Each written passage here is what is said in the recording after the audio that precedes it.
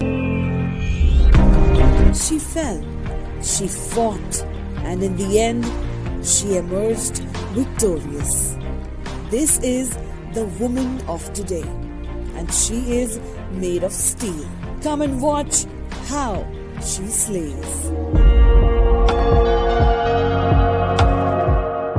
This is your favorite international radio network, 94.3 Radio 1, One World, your station. And on She Slays, I have Smita Bharti, who is the Executive Director and President of Sakshi. Where do I even begin when it comes to Sakshi? They have work that they have done in the area of law reforms for violence against women for over 3 decades. Founders are Naina Kapoor and Jasjeet Puriwal, and Smita has been at it herself for over a decade now. Smita, thank you for slaying it, first of all, and kudos, and a very, very warm welcome to my show. Thank you so much for having me here. I'm so happy to be here. 3 decades of Sakshi, and the name in itself obviously doesn't spell out that it is fighting against any kind of violence or injustice that is meted out to women, but it definitely stands for how we can find different ways to empower women as we go along. And you've been doing that. Sakshi has been doing that for over 3 decades. Tell us about this journey and how it began, because I'm sure you're well versed with it. I'm so happy you brought up the name, because for us, the name is also really, really important, because Sakshi means to be able to witness. Right. And how is it that we can work for something which is which can lead to a vicarious trauma when you're working for gender-based violence without being slightly detached from it? The ability to be able to witness it without getting sucked into it all the time is actually what is the strength and the resilience that we have to be able to do what we have continued to do for over 3 decades. So the name is really important for us. That's beautiful. That is extremely, extremely beautiful. And I think, yes, well thought through also. I'm sure we didn't think of it like that when we started, because then when we started, it was just so much energy Naina and Jasjeet brought into the whole thing. And this was in response to a small newspaper clipping that Naina read one morning, where custodial rape for a minor, the sentence for custodial rape of a minor was reduced to half because the girl was found to be of a questionable character. Ooh.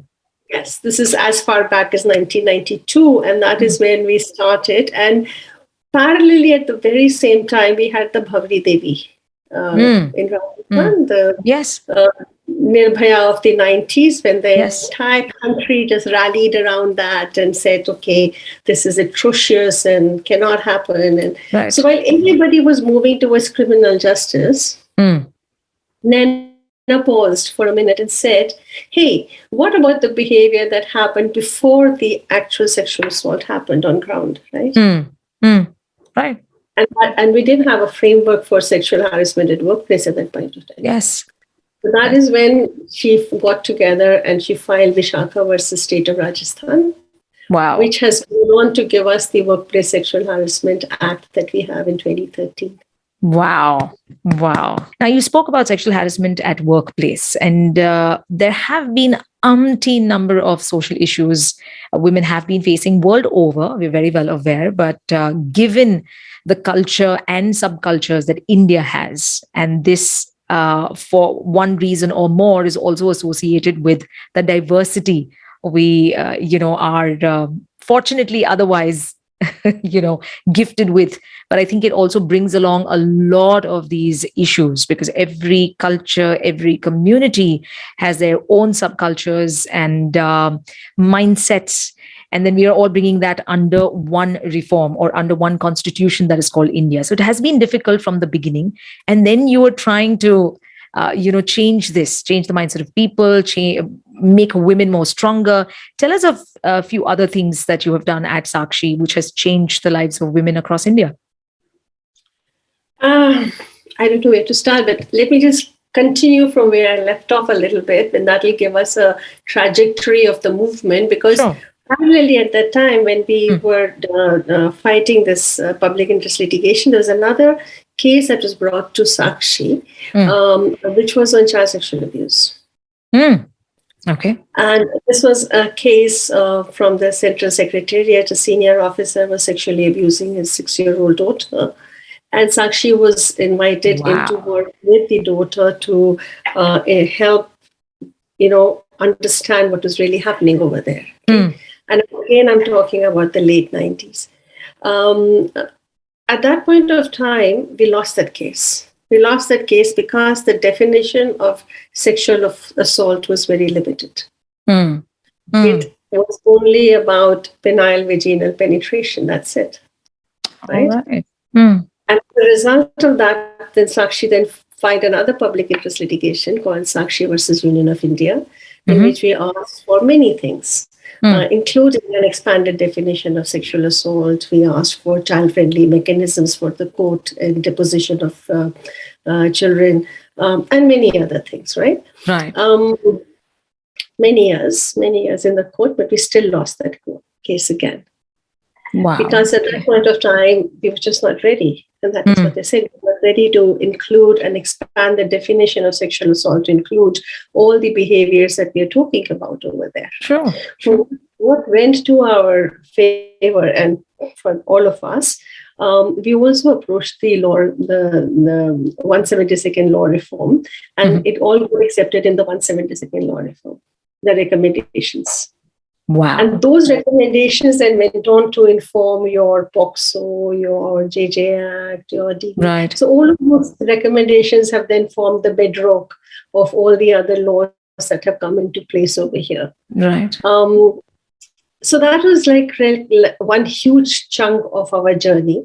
Parallelly, then we also discovered that, if we can have laws, but what about the people who are interpreting the laws, the judiciary? Right.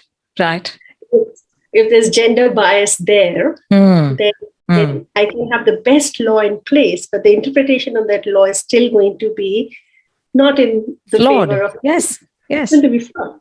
So then, under the aegis of Chief Justice Ahmed, Supreme Court of India, we kind of did a research to establish gender bias in the 5 countries of the region: Pakistan, Nepal, Bangladesh, Sri Lanka, and India.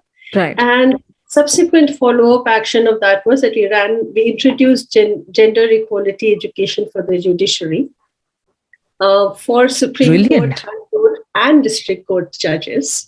Wow. In the 5 countries. And ran that program for almost 10 years till it got institutionalized. That's the idea. Right? What is it that the NGOs are supposed to do?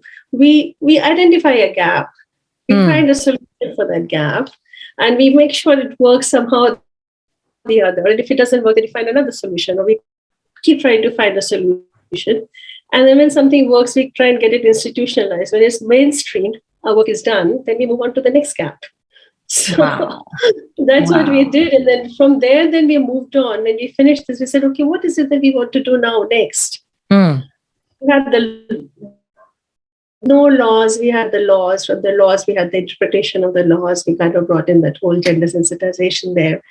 And then we said, it's time to go back to the beneficiaries. It's time to go back to people who need to be able to access and use the law. Absolutely. What uses the law if a beneficiary does not have access to it or does not understand it? Right? And since the whole cycle that we've been working on is about how do we interrupt the cycle of sexual violence? Right? That's what we've been working on from the very beginning. So I said, if you want to start with that interruption, then we need to start with child sexual abuse, because that's where it starts. Right.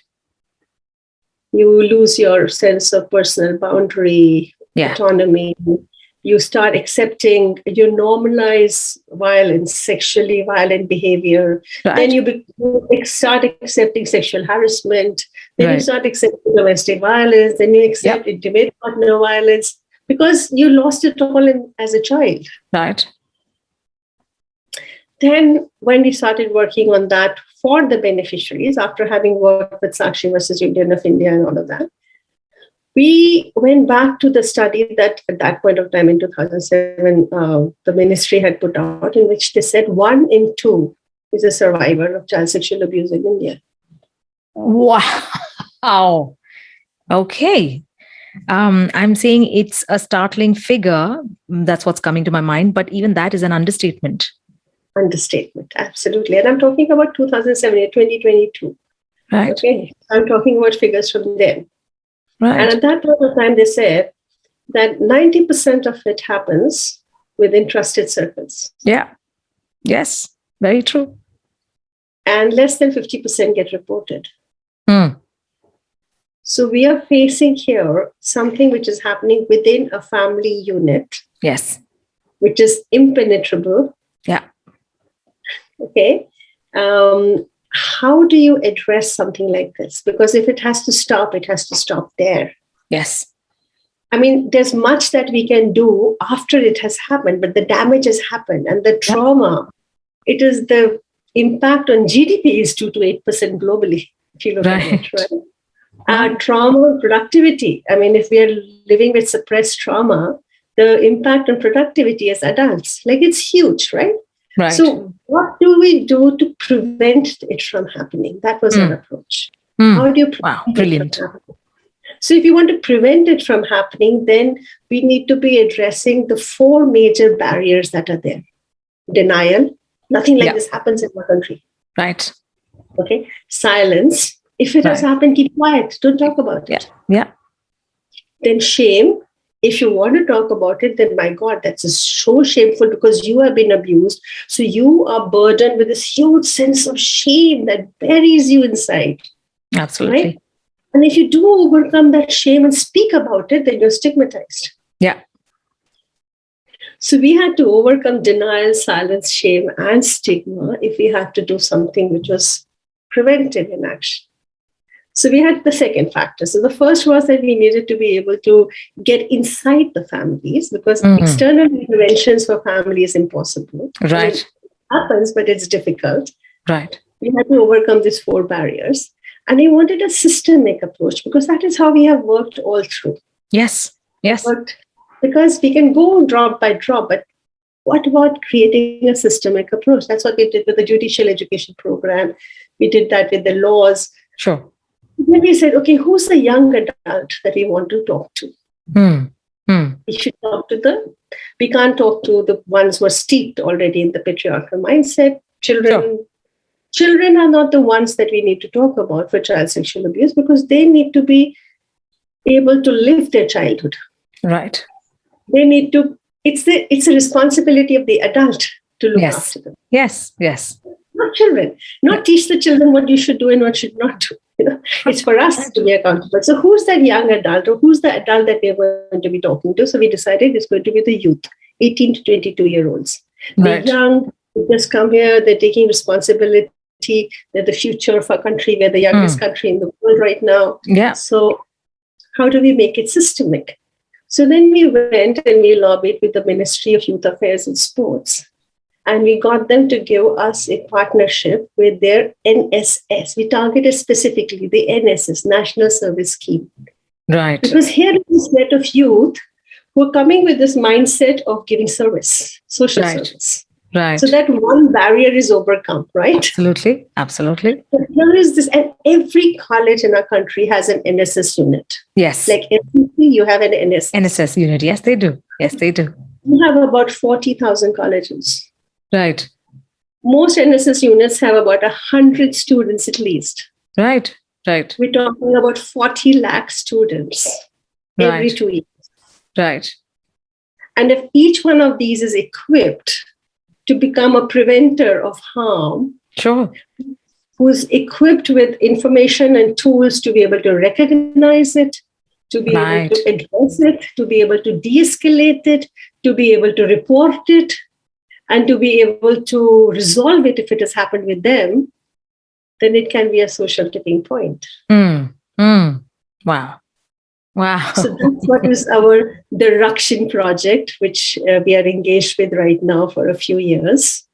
So this is where we are at this point of time, trying to equip these young adults with all these skills, which are also actually, look at it, part of your 21st century skills, because you're talking about conflict resolution, you're talking about de-escalation, you're talking about dialogue, you're talking about mediation, you're talking about critical thinking, you're talking about decision making, So And all of this geared towards with an understanding of root causes of what is it that causes gender-based violence. So Right. how do you recognize patriarchy, misogyny, sexism? How do you recognize your own acts of microaggressions? How do you actually practice equality in your everyday life? How do you assess sexual harassment at workplace? So all of these and more. I mean, it just goes on. Clearly. Oh my God. You deserve a standing ovation. Now, you've mentioned some of your major projects, and I'm sure there's a lot of work that goes into, having these conversations, having these arguments and debates, and coming up with solutions for this. I mean, the fact that you came up with the idea of an NSS, for instance, and then charting out your plan to be able to reach out to so many of them, you would have needed an army of people. So at Sakshi for the past 3 decades, how has it worked? I'm so happy you're asking this question. I would say once you've been at Sakshi, you're always a Sakshiite. It's a family that grows, because it's not about being with us. It's about having that mindset. Sure. It's about learning the tool, and it's you carrying out and taking it forward, and it's like contagion. Just you have to spread it around, because it's your behavior and the kind of contagion we all want to be a part of and have around us. Unlike COVID or Omicron or any other virus. Absolutely right, and that's what we say about it. In fact, at one point of time, when we used to interview people for Sakshi, when we did have physical offices working, we would ask, the first thing to do is for women to go and change a tire in the car outside. Nice. Wow. Cool. You know how to change a tire car, that just says so much about you. And if not, then please learn it. Let's learn it, right, so that we stop being that. So it really starts into something as simple and as basic as that. And we've always been a very small team. Core team has always been very small, because it's easier to contain the thought that we have. And we've always been at that edge of being thought leaders to, going into uncharted territory and trying to figure out what really can happen. But then we've always been working in collaborations. Lovely. Working in collaborations, passing on whatever tools we have. In fact, we kind of were writing with Nana Kapoor, and as we wrote the whole guidelines which are there. All these years of work that we had on workplace sexual harassment, we put it into the guidelines that are there on the ministry's website right now for everybody to pick up. And we continue to offer those trainings to corporates and organizations, and to do all the POSCO compliances. But when you say army, the army is not within Sakshi. The army is it's like being touched with that information, and that's the army. And we are confident that this army is growing. Look at the conversations that are happening today, which were not happening 10 years ago or 20 years ago. Yeah. And I think that is our army. That is the army that we can all, confidently say is coming in from the thoughts that are actually there in the wind. Beautiful indeed. So if one wants to volunteer or be a part of Sakshi, is it easy, or do we have to have some basic qualifications to be able to, be a part of Sakshi? For instance, maybe Smita, you have a background in law, Nina and just Jeet also. So why don't you apprise us of the situation, and how does one go about? Thanks. So no, I don't have a background in law at all. In fact, if anything, I'm a theatre practitioner and a writer. Wow. Heartening to know, actually. Naina is an advocate, and Jasjeet was a journalist. Wow. So you can see that we come from really backgrounds which are interdisciplinary. Yes. And what is really, because you can, and that has been your strength. That has been your strength. Absolutely. Because it's really about looking at how do you make information accessible? Yeah. How do you disseminate it? Okay, how do you carry it forward? And that has really been one of our strengths, is to take information, which is complex ideas, and put it down in such a simple space, not simplistic, simple. Right. Which makes it accessible and usable. And that is what Vishakha was already. If you look at it, it was so easy to understand. It was so user-friendly. Anybody who reads it could actually own it and practice it. Right. And that is what we specialize in doing. So if you want to really work with us, you really need to have your, head in the right place. I was going to say heart in the right place, definitely, because you want to come and work for this, but head in the right place in the sense that you should be able to inclined to read the subtext. Right. Inclined. Absolutely. We give you the tools. Wow. We give you the tools, we give you the instruments, we give you anything and any support that you need. Give us your time, give us the inclination to be wanting to read the subtext and wanting to communicate it in as many ways as you are possible for you to do it. Right. You can write about it, you can talk about it, you can teach about it, you can make a song, a poem, a play, a film, Sure. anything. But this is about taking the information and communicating it and being able to hold a conversation around it in which you can actually unpack. Right. If you can do the don't look up in real time, you're up to it. Right. Absolutely. I'm glad I'm inching towards Sakshi already by having this conversation in the first place. Okay. Are you ready for the quickfire round? As ready as I can be. Okay, since we mentioned movies and since the internet and the digital world has taken everybody by storm, my first question is got to do with a movie. Have you watched any movie recently that you really loved on a digital platform? Yeah, I'm an avid binge watcher, but something that I really have been fascinated with right now is old movie Anthony Hopkins' Fracture. Wow. What's so good about it that you've fallen in love all over again? Just the play of the mind. The way they have juxtaposed Anthony Hopkins' mindset and how he actually invades into the mind of the lawyer who's trying to combat him. It's amazing. It's lovely. Okay, two of your international favorites when it comes to musicians. Ouch, I'm really bad at that. I'm a very basic person. Anybody you like. I'm a very desi person. For me, it's Abida Parveen. Nice. Who would just take over, and Nusrat Fateh Ali Khan, who I would go to as my Lovely. I still remember hosting one of the shows with Begum Abida Parveen, and she was right there. She did not even need a microphone. In fact, she put it away. And the moment she uttered and she sang the first word, everybody was in rapt attention. You just absorbed into that energy she gives out. It's brilliant. Wow. Okay, moving on. Top 2 travel destinations on your bucket list. Paris and Assam. Nice. Who was your childhood celebrity crush? Ouch. I think I belong to the era of Rajesh Khanna. Nice. Thinking about, yes. Wow, nice. Okay, if you were to be a comic superhero for one day, who would it be and why? I see you holding your head. No, but come on, you can make this one up. Yeah, I know. I mean, I was just thinking, okay, would I want to be a troll or would I want to be a superwoman? And then it's between the two of them, maybe. Nice. Okay, I'll take it for an answer. Which dessert makes you go weak in your knees, Smita? Chocolate. Okay, any chocolate or dark chocolate? Or is there a specific type of chocolate? Dark. Okay. What's the one thing your parents taught you that has changed your life? I think it's not my parents so much as my grandparents, because I grew up with my grandparents and not my parents. And there were a couple of things which my grandparents gave me, and one of them was go the way of your fear. Wow. She would wake me up with mogra flowers on my pillow and in the morning, and this is what she would give me every morning.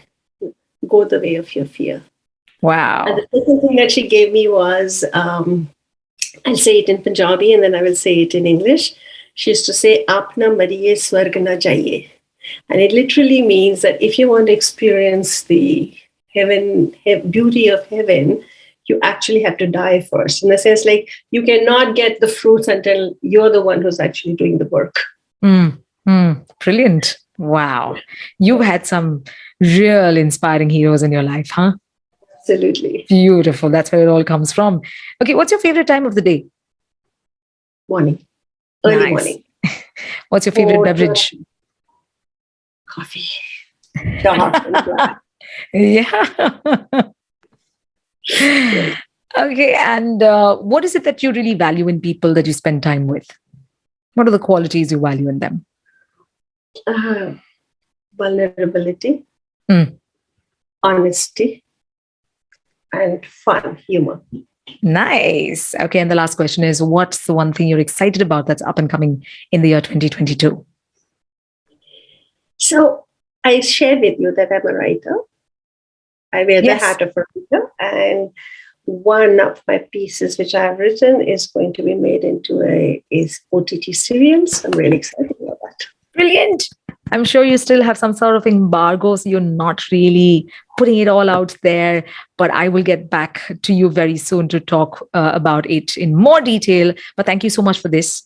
Thank you so much. It was lovely to be here and lovely to once again just go back and, just look back and see, oh my God, so many years. This is what we did. Yeah. Yeah, totally. Totally. It's beyond brilliant. It's beyond any kind of commitment or dedication we've heard of. It requires a lot of courage to be at it.